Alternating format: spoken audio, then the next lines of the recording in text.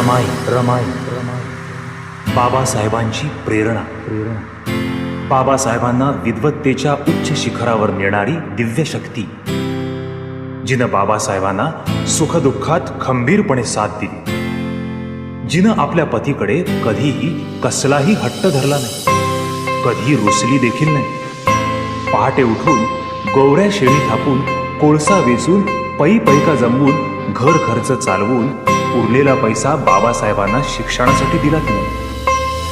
सोन्यासारखा धाडलेला हा संसार नांदण नांदण होत रमात नांदण